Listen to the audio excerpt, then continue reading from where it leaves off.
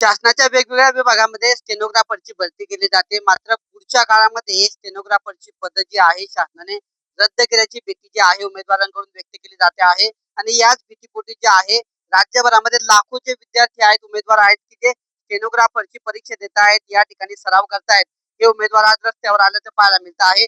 जळगाव जिल्ह्यात देखील 1,000पेक्षा जास्त विद्यार्थी आज रस्त्यावर आलेले आहेत. आमदारांना पत्र देण्यापासून मंत्र्यांची त्यांनी भेट घेतलेली आहे आणि भरती रद्द करण्याची मागणी केलेली आहे. नेमकं या विद्यार्थ्यांचं म्हणणं काय आहे आपण जाणून घेणार आहोत. काय सांगणार, काय नेमका शासनाचा निर्णय आहे आणि काय तुम्ही नेमकी भीती व्यक्त करताय?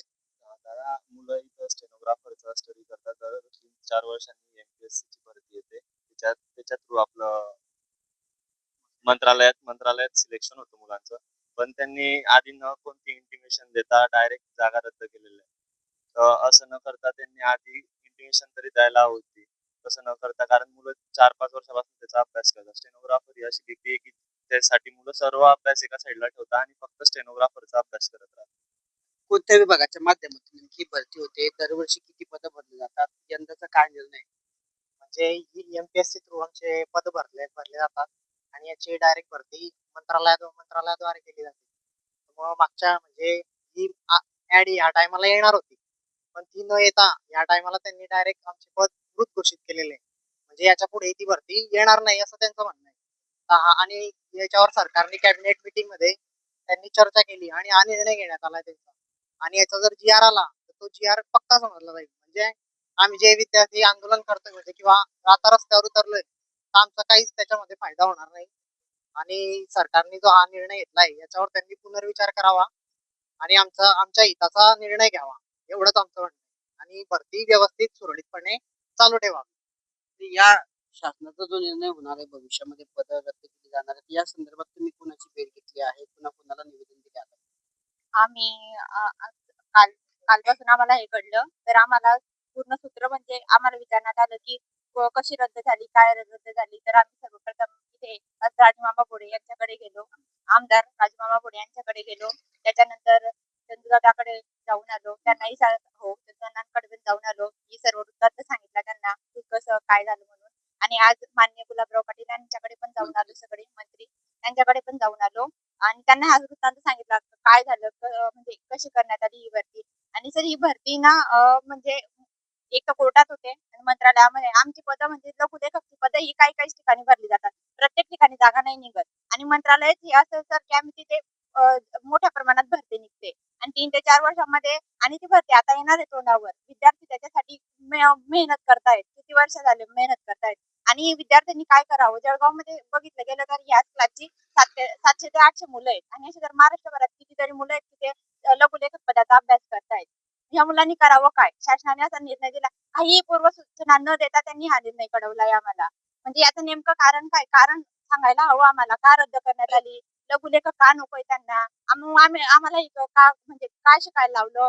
मग म्हणजे मुलींना सांगतात की मुलींनी शिकावं, काहीतरी करून दाखवावं. आम्ही ही कला का शिकली, काहीतरी नवीन आहे म्हणून शिकली ना, काहीतरी अवगत केली ती कला त्याच्यामुळे. आणि म्हणजे शासन म्हणतं आणि शासनच प्रोत्साहन देतं की ही कला हे राबवतात, मुलींनी शिकावं.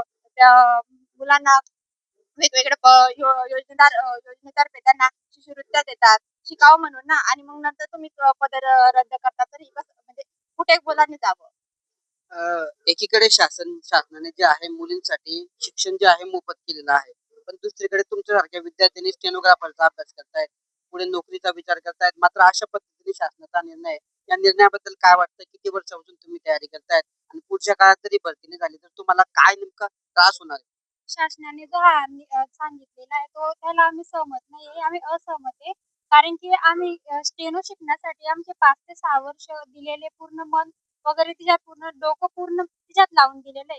ते सगळं करण्यासाठी. आणि मेन म्हणजे आता शासन वेगवेगळ्या योजना राबवतात मुलींसाठी वेगळ्या, तर म्हणजे मोफत शिक्षण वगैरे, शिष्यवृत्ती वगैरे देतात. मग एकीकडे ते म्हणतात की आम्ही मुलींना मोफत मोफत शिक्षण देऊ, मुलींनी मोठं ज्या मुली आज गावात होत्या त्यांना शिक्षण मिळत नव्हतं, पण सरकारमुळे ते मिळतंय. मग एकीकडे तुम्ही असं करता, मग आता प्रत्येक फील्डमध्ये मुलं पण आणि मुली पण आहे. मग आता स्टेनोकडे मुली पण आहे, मग आम्ही कुठे जायचं, आम्ही काय करायचं? पुढच्या काळात काय हा, पुढच्या काळात आता हे नाही झालं तर आम्ही पूर्ण हिच्यात मन लावलेलं आहे ना, आमचं पूर्ण अभ्यास हिच्यात केलेला आहे ना, तर मग आम्ही दुसऱ्या फील्डमध्ये नाही जाऊ शकत की आम्ही हेच करू शकतो. हा. हा, कायमची रद्द करू. मग आम्ही आता आम्ही रद्द हे करेल हा. तर तरी पण ती रद्दच झाली. पुढच्या काळात तुमचं काय होईल? आंदोलन कर हा आम्हाला न्याय हवाय. आम्ही आमचं जे बलिदान दिलंय असंच वाया नाही जाऊ देणार ना. आम्ही जे केलेलं आहे ते आम्हाला जर न्याय नाही मिळाला ना आम्ही डायरेक्ट रस्त्यावर आणि मोर्चा काढू आणि सगळे मिळून आम्हाला न्याय हवा. आम्ही याच्यासाठी उभे की भरतीची ती रद्द व्हायलाच नाही हवी यासाठी.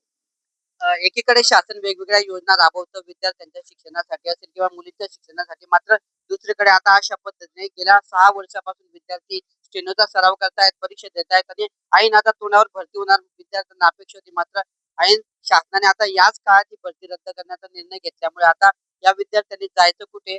पुढच्या काळामध्ये स्टेनोग्राफर जे उमेदवार आहेत यांचं भविष्य कुठेतरी अंधारात असल्याचं पाहायला मिळत असून शासनाच्या या निर्णयामुळे राज्यभरातले हजारो लाखो जे स्टेनोग्राफर उमेदवार आहेत त्यांचं भविष्य अंधारात असून पुढच्या काळात जरी भरती रद्द झाली नाही तर रस्त्यावर उतरून तीव्र आंदोलन करू असा इशारा आता या उमेदवारांनी दिला आहे.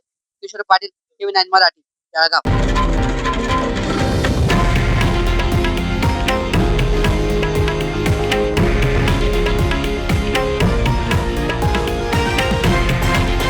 हे आहे देशातील नंबर 1 न्यूज नेटवर्क आणि आपण पाहत आहात TV9 मराठी, एकमेव.